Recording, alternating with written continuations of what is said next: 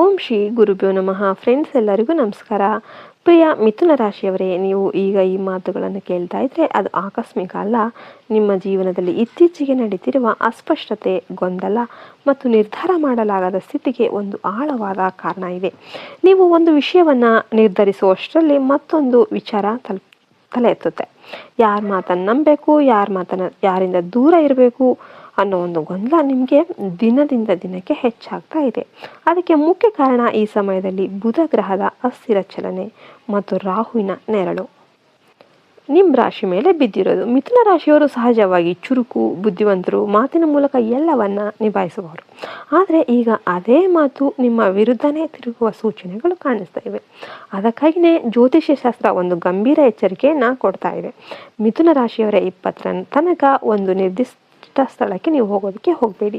ಈ ಸ್ಥಳ ಯಾವುದು ಅಂತ ನೀವು ಕೇಳಿದರೆ ಅದು ನಿಮ್ಮ ಮನಸ್ಸಿಗೆ ಸ್ಥಿರತೆ ಕೊಡದ ಜಾಗ, ಜನ ಹೆಚ್ಚಿರುವ ಸ್ಥಳ, ವಾದ ವಿವಾದ ನಡೆಯುವ ಜಾಗ ಅಥವಾ ಅನಗತ್ಯ ಚರ್ಚೆಗಳು ನಡೆಯುವ ಜಾಗ ಆಗಿರಬಹುದು. ನೀವು ದಿನನಿತ್ಯ ಹೋಗುವ ಕಚೇರಿ, ಸಭೆ, ಸ್ನೇಹಿತರ ಗುಂಪು ಅಥವಾ ಸಂಬಂಧಿಕರ ಮನೆ ಆಗಿರಬಹುದು.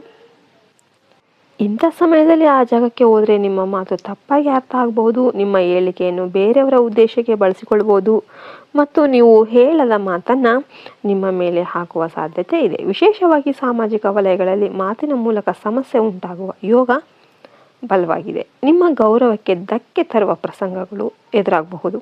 ಹಣಕಾಸಿನ ವಿಷಯದಲ್ಲೂ ಎಚ್ಚರಿಕೆ ಅಗತ್ಯವಿರುತ್ತೆ. ಯಾಕೆಂದರೆ ನಿಮ್ಮ ಮುಂದೆ ಯಾರು ಒಳ್ಳೆಯವರಾಗಿ ಕಾಣುವ ಒಂದು ಒಪ್ಪಂದಗಳು ನಂತರ ಮೋಸವಾಗಿ ತಿರುಗುವ ಸಾಧ್ಯತೆ ಇರುತ್ತೆ. ಮಿಥುನ ರಾಶಿಯವರೇ, ನೀವು ಎಲ್ಲರಿಗೂ ಉತ್ತರ ಕೊಡಬೇಕು ಅನ್ನೋ ಅವಶ್ಯಕತೆ ಇಲ್ಲ. ಕೆಲವೊಮ್ಮೆ ಮೌನವೇ ನಿಮ್ಮ ದೊಡ್ಡ ಬುದ್ಧಿವಂತಿಕೆ ಆಗಿರುತ್ತೆ. ಜನವರಿ 20ರ ತನಕ ಅನಗತ್ಯ ಸಂದೇಶಗಳು, ಕರೆಗಳು, ಚರ್ಚೆಗಳು ಎಲ್ಲವನ್ನ ಕಡಿಮೆ ಮಾಡಿ ನಿಮ್ಮ ಶಕ್ತಿಯನ್ನು ನಿಮ್ಮೊಳಗೆ ಉಳಿಸಿಕೊಳ್ಳಿ. ಈ ಸಮಯದಲ್ಲಿ ದೂರ ಉಳಿದ್ರೆ ನೀವು ಅನೇಕ ಸಮಸ್ಯೆಗಳಿಂದ ತಪ್ಪಿಸಿಕೊಳ್ಬಹುದು. ಪ್ರತಿದಿನ ಬೆಳಿಗ್ಗೆ ಅಥವಾ ಸಂಜೆ ಓಂ ಬುಧಾಯ ನಮಃ ಅಂತ ಕನಿಷ್ಠ 9 ಬಾರಿ ಜಪ ಮಾಡಿದರೆ ನಿಮ್ಮ ಮನಸ್ಸಿನ ಅಸ್ಥಿರತೆ ನಿಧಾನವಾಗಿ ಕಡಿಮೆಯಾಗುತ್ತೆ. ಬುಧವಾರ ವಿಷ್ಣು ಅಥವಾ ಗಣೇಶನಿಗೆ ದೀಪ ಹಚ್ಚಿದರೆ ನಿಮ್ಮ ಮೇಲೆ ಇರುವ ಒಂದು ನಕಾರಾತ್ಮಕ ಪ್ರಭಾವ ದೂರವಾಗುತ್ತೆ. ಕೆಲವರಿಗೆ ಈ ಸಮಯದಲ್ಲಿ ಹಳೆಯ ಮಾತುಗಳು, ಹಳೆಯ ವಾಗ್ವಾದಗಳು ಮತ್ತೆ ನೆನಪಾಗಬಹುದು. ಆದರೆ ಎಲ್ಲವನ್ನು ಕೂಡ ಮತ್ತೆ ತೆರಿಬೇಕಂತಾಗತ್ತೆ ಅಂತ ಖಂಡಿತ ಇಲ್ಲ. ಇದು ನಿಮ್ಮ ಜೀವನದಿಂದ ಗೊಂದಲದ ಜನರು ಮತ್ತು ಪರಿಸ್ಥಿತಿಗಳು ಹೊರ ಹೋಗುವ ಹಂತ ಆಗಿರಬಹುದು. 20ರ ನಂತರ ಗ್ರಹಗಳ ಸ್ಥಿತಿ ನಿಧಾನವಾಗಿ ನಿಮ್ಮ ಪರವಾಗಿ ತಿರುಗುತ್ತೆ. ಈಗ ನಿಮ್ಮ ಮಾತಿಗೆ ಸ್ಪಷ್ಟತೆ ಬರುತ್ತೆ, ನಿರ್ಧಾರಗಳು ಸುಲಭವಾಗುತ್ತೆ, ನಿಂತ ಕೆಲಸಗಳು ಚಲನೆ ಪಡೆಯುತ್ತೆ ಮತ್ತು ಮುಖ್ಯವಾಗಿ ನಿಮ್ಮ ಮನಸ್ಸಿಗೆ ಶಾಂತಿ ಸಿಗುತ್ತೆ. ಆದರೆ ಅದುವರೆಗೂ ಈ ಒಂದು ಮಾತನ್ನು ಮನಸ್ಸಿನಲ್ಲಿ ಗಾಢವಾಗಿ ಇಟ್ಕೊಳ್ಳಿ. ಈ ಸಮಯದಲ್ಲಿ ಮಾತು ಕಡಿಮೆ ಮಾಡಿದರೆ ಸಮಸ್ಯೆ ಕಡಿಮೆ ದೂರ ಏನಾದರೂ ನೀವು ಉಳಿದ್ರೆ ರಕ್ಷಣೆ. ಮಿಥುನ ರಾಶಿಯವರೇ, ಈ ಎಚ್ಚರಿಕೆಯನ್ನು ನೀವು ನಿರ್ಲಕ್ಷ್ಯ ಮಾಡೋದಕ್ಕೆ ಹೋಗಬೇಡಿ. ಆದಷ್ಟು ಮೌನವಾಗಿರೋದೇ ಒಳ್ಳೆಯದು. ಇಲ್ಲಾಂದರೆ ಘರ್ಷಣೆ, ಜಗಳಗಳು ಹೆಚ್ಚಾಗುತ್ತೆ. ಕಚೇರಿಯಲ್ಲಿ ಸುಮ್ಮನೆ ಜಗಳ ಆಗುವ ಸಂಭವ ಬರಬಹುದು. ಆದರೆ ನೀವು ಆದಷ್ಟು ಸೈಲೆಂಟ್ ಆಗಿರೋದು ಒಳ್ಳೆಯದು. ಸೈಲೆಂಟ್ ಆಗಿದ್ದರೆ ಯಾರು ಏನೂ ಮಾಡೋಕ್ಕೆ ಆಗೋದಿಲ್ಲ.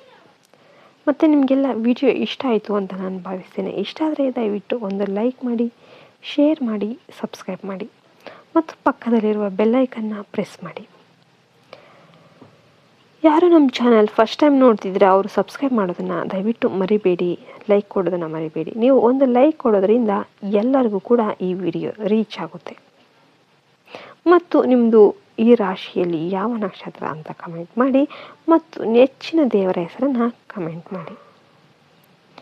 ಜೈ ಶ್ರೀರಾಮ್ ಅಂತ ಕಮೆಂಟ್ ಮಾಡೋದನ್ನು ಯಾವತ್ತೂ ಮರಿಬೇಡಿ.